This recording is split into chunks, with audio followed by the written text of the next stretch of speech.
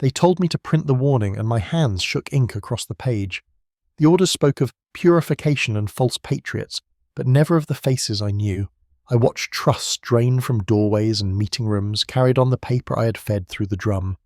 I still remember the sound of that machine, turning once, twice, as if counting each life it would quietly unbind. In the summer of 1943, in a medium-sized occupied town in Western Europe, the war was already in its 4th year. German patrols walked the main square. Posters in 2 languages covered the walls.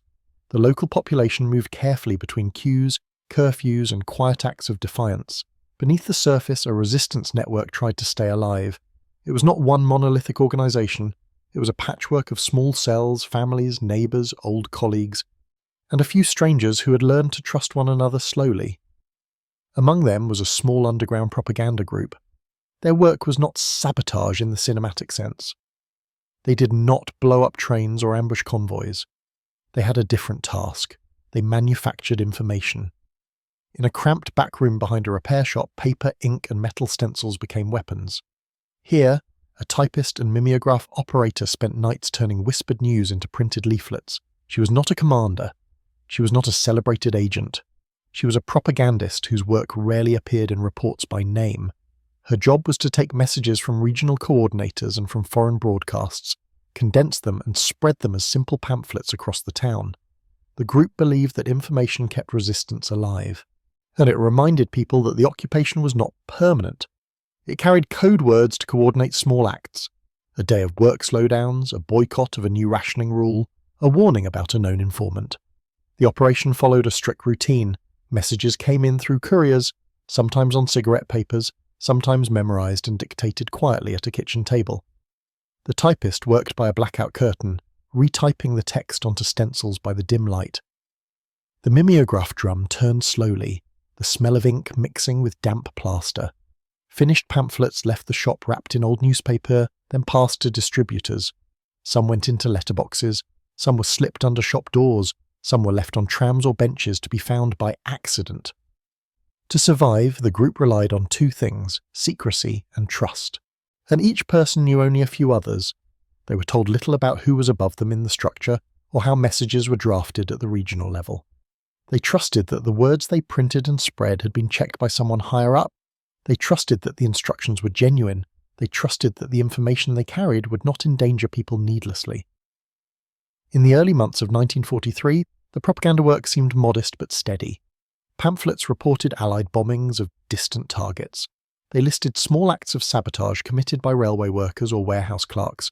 They repeated coded phrases heard on foreign radio signals. They urged calm in the face of sudden arrests. Not everything went smoothly. Some of the messages arrived garbled. Couriers rushed. Notes were damp smudged, or written in pencil that faded. Sometimes there were minor misunderstandings. A date misread, a time miscopied, a word mistranslated from one language to another. Usually the consequences were limited. A meeting took place one day earlier than planned. A work slowdown happened in one factory, but not another. These were irritations, not disasters. The regional organisers believed that the underground press was resilient enough to absorb small errors. What they underestimated was how fragile trust could be when fear was constant. By mid-1943, the German security apparatus in the region had become more aggressive. More patrols, more searches, more questioning in the streets. A few key resistance members disappeared.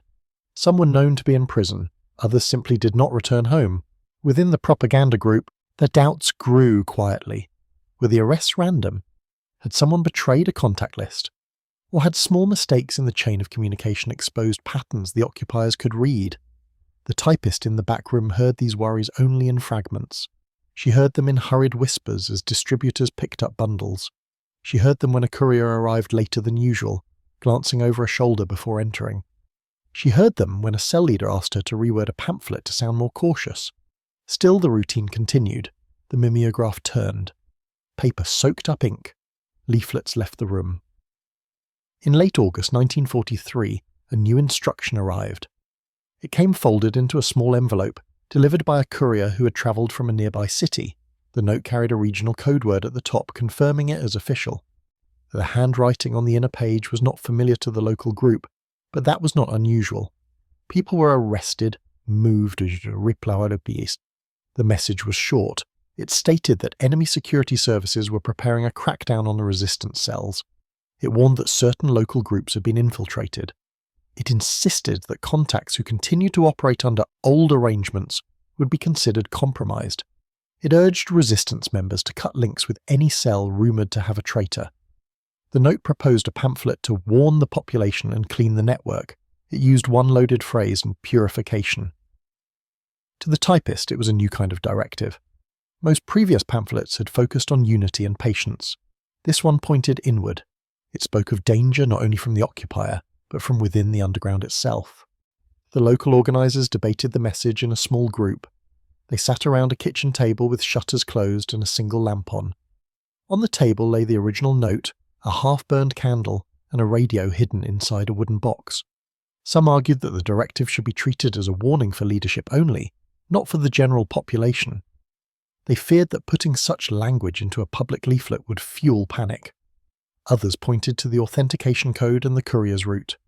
They argued that ignoring a regional message could itself be dangerous. If the directive came from higher up and if the threat was real, failure to act could cost lives. Between these positions stood the typist. She did not vote. She simply waited for a decision so she could turn it into print. In the end, the group chose a compromise. They would issue a pamphlet. It would not repeat every word of the regional note.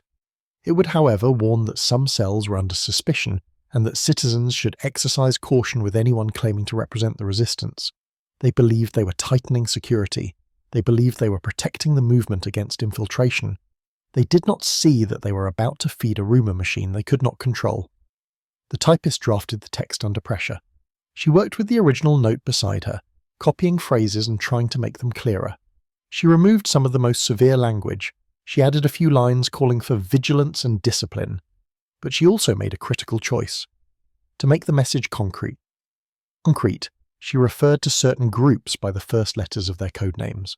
And she thought this would be vague enough to protect identities while signalling that the threat was real. The mimeograph drum turned late into the night. When the run was complete, several hundred pamphlets lay stacked on the barrel. At the top of each, in bold letters, stood a headline. Beware of false patriots, and the pamphlets went out through the usual channels. Distributors took bundles and melted back into the town. Leaflets appeared in doorways, on steps, near factory entrances, inside market baskets. By midday, people were reading them in bread queues and tram carriages. Some read the warning and folded the paper carefully, tucking it away. Others glanced at it quickly, then passed it to a neighbour. Word spread faster than the pamphlets themselves. Within hours, and a change took place that no one in the back room could see directly. People began to look at familiar figures with new suspicion. A messenger who had always been trusted now attracted guarded stares. A factory worker known to collect information on troop movements was quietly avoided. A neighbour who had once hosted clandestine meetings found that no one knocked on the door that evening. In the days that followed, the pamphlet took on a life of its own. It was read aloud in workshops during breaks. It was discussed in low voices in churchyards after services. Its phrases were repeated and reshaped. The phrase certain groups became the group near the station. The mention of specific initials became in conversation the full name of a local cell. And someone remembered that a particular member of that cell had been seen talking to a German officer months earlier, without knowing the context. That memory, pulled from the dust of everyday life, was now fitted into the new warning. Rumours began to multiply. In one corner of town, residents decided that the pamphlet referred to a group of young couriers on bicycles. In another, people were sure it meant the older, more established network that had been active since 1940. No one could say for certain. The resistance had always encouraged people not to speak openly about structure or names. Now that silence became fertile ground for speculation. Inside the cells, the impact was even sharper. Leaders compared the pamphlet's wording with their own arrangements. Some convinced themselves that they were the target. Others were convinced that the pamphlet referred to someone else. Meetings were cancelled. Routine drops were postponed. Arms caches were moved in a hurry. Some members chose to cut ties with contacts they had trusted for years, simply because someone somewhere had mentioned a rumour. The occupier did not need to lift a finger to sow this distrust. The work was being done by the underground itself. Operational effectiveness began to decline. A planned action against a fuel storage depot was abandoned because the team feared that one of their members might be under suspicion. Another operation to help escape prisoners across a river was postponed indefinitely because no one was willing to vouch fully for the guide. Couriers took longer, travelling by indirect routes to avoid tainted districts. The messages that once crossed town in a day now took 3 or 4. The typist in the back room noticed the changes indirectly. There were fewer new directives, fewer reports of successful actions arrived by courier. More of the notes that did arrive carried anxious questions about the situation and loyalty, yet no one came to say that the pamphlet had done harm. Everyone assumed that someone else was responsible for the confusion. The regional organisers, based in another town, also saw a change in rhythm. Their couriers reported that meetings were harder to arrange. Some previously reliable contacts now refused to receive them.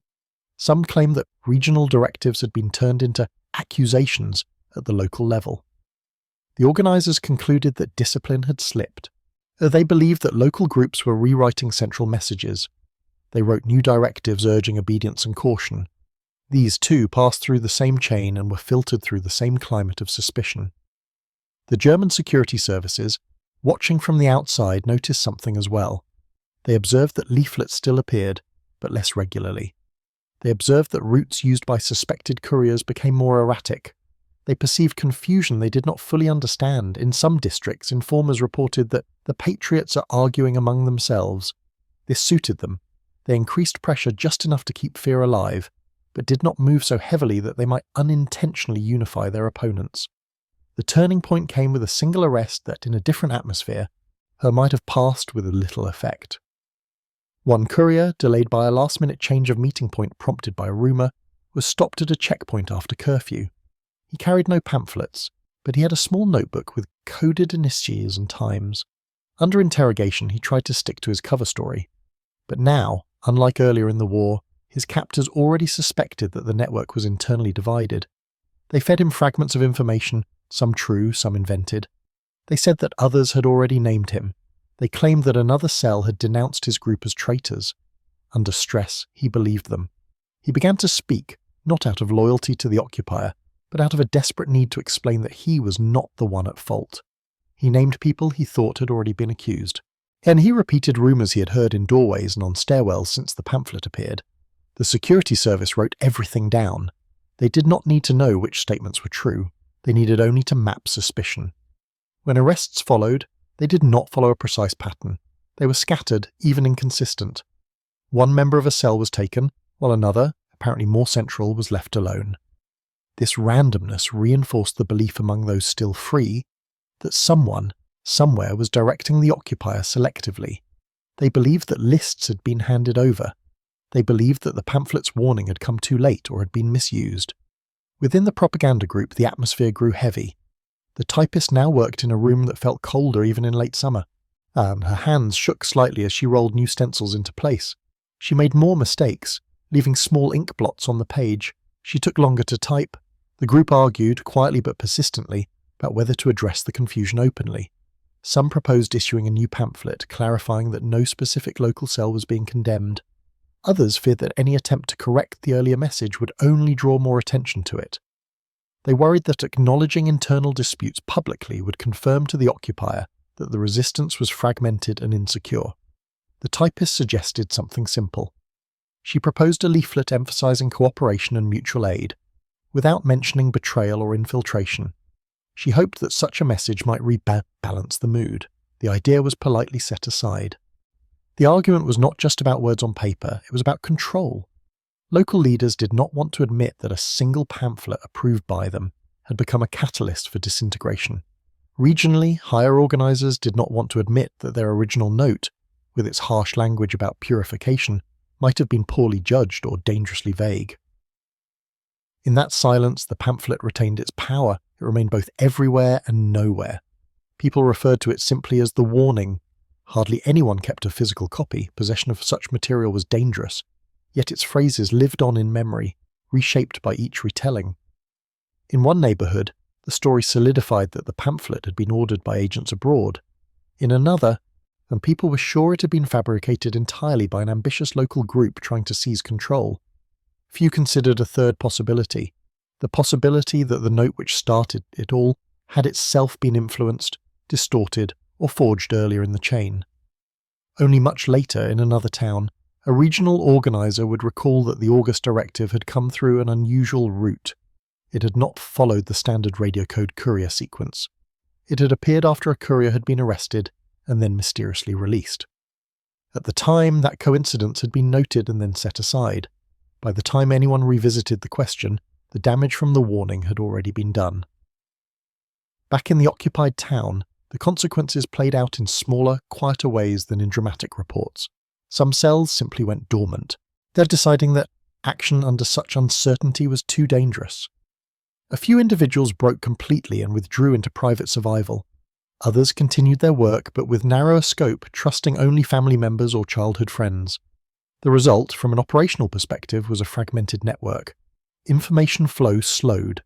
Coordinated actions became rare. The town did not stop resisting, but its resistance became thinner, more hesitant, and often isolated. The typist remained at her post. She continued to print the text she was given, though these were now fewer and more cautious. Eventually, she was asked to destroy the original stencil for the "Beware of False Patriots" pamphlet, if it still existed. She had already burned it. She kept, in a notebook hidden in a hollow under the floorboards, and a small list in her own hand. Not a list of names, a list of phrases and dates, the date when the directive arrived, the date when the pamphlet went out. The first day she heard someone say, "They say one of the groups has been bought," the day the courier was arrested. The day she saw one of the distributors empty chairs at the table, and no explanation was given. For her, these were not abstractions. They were markers of where trust had bent and then broken. She had no authority to convene an inquiry. She had no rank to impose new doctrine about rumour control. She had only her record and her memory. When liberation eventually came, it did not arrive as a neat conclusion to this specific story. Troops entered the town. Flags were pulled from hiding places. Collaborators were denounced in the streets. Surviving resistance were embraced, photographed, and later invited to ceremonies. Behind the public images, there were questions few wanted to ask. Why had some cells vanished months earlier? Why had certain names, once spoken with pride, faded from accounts? Why had different groups in the same town sometimes refused to cooperate, even at crucial moments?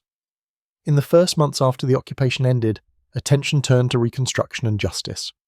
Some summary punishments were carried out swiftly and harshly. Others waited for formal commissions. The story of the pamphlet might have remained entirely private if not for the compulsion, shared by some, to write things down. Local committees formed to collect testimonies for the historical record. They interviewed couriers, cell leaders, sympathizers, and those who had worked in propaganda. They tried to map actions and decisions onto timelines. They tried to understand where operations had succeeded and where they had failed. In one such interview, the typist told her story in careful language. She described how directives arrived. She described how she had turned one note into a pamphlet. She did not name every person involved. She did not assign blame. She simply outlined the sequence and the atmosphere. The commission recorded her testimony, but in its main conclusions it focused on more visible events: sabotage operations, armed clashes, executions, and public reprisals. The pamphlet appeared only in a brief mention within a larger report on internal tensions. It was one example among many. Yet for those who read the full transcripts rather than the summaries, the pattern was clear. A single text, introduced at the wrong moment and in the wrong form, had amplified existing fears into structural damage.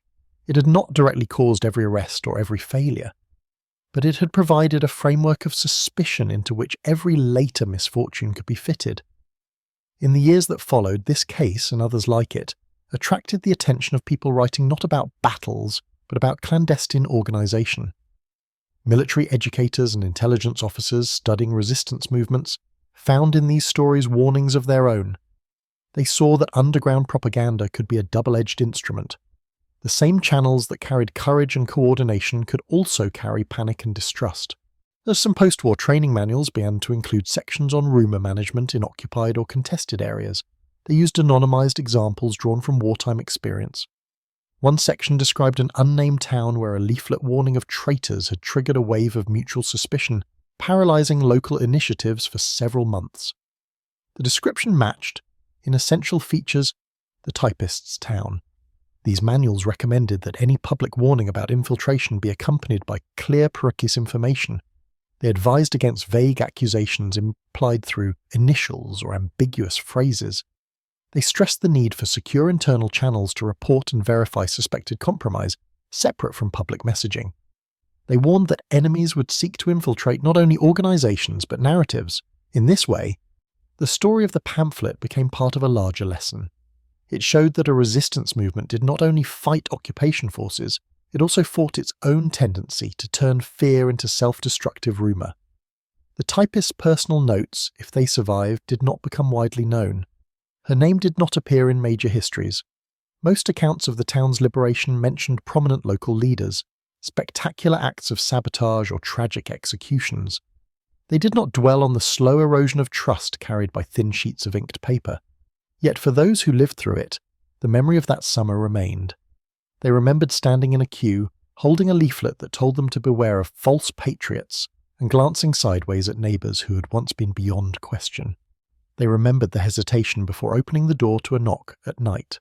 They remembered choosing not to attend a meeting because someone had said someone else had read something in a pamphlet. The rumour factory was not a building, it was a process, a chain of decisions, interpretations and fears moving through human minds faster than any courier on a bicycle.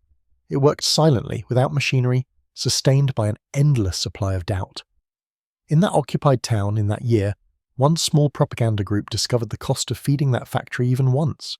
Today, when historians and analysts trace the mechanisms of resistance, they sometimes pause on such cases.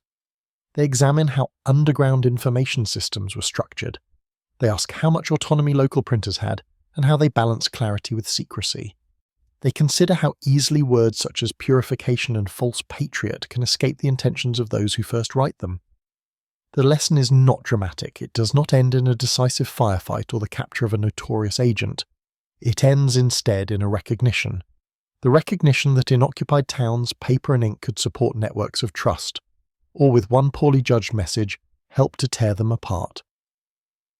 The typist's story and the story of her pamphlet belong to that quieter history. The history of how resistance movements managed not only weapons and recruits, but rumours and fear. For viewers who wish to understand these less visible battles of the war, and the fragile human networks beneath the headlines, following this channel's future stories offers one more way to keep such lessons in view.